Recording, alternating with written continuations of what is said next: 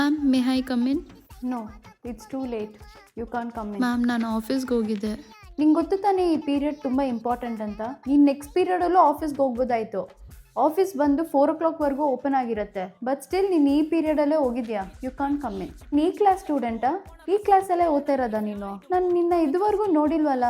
ನಿನ್ನ attendance percentage ಎಷ್ಟು? 25%. That is why I don't remember your face. Kishore, ಕ್ಲಾಸಿಗೆ ಬಂದ್ಬಿಟ್ಟಿದ್ಯಾ?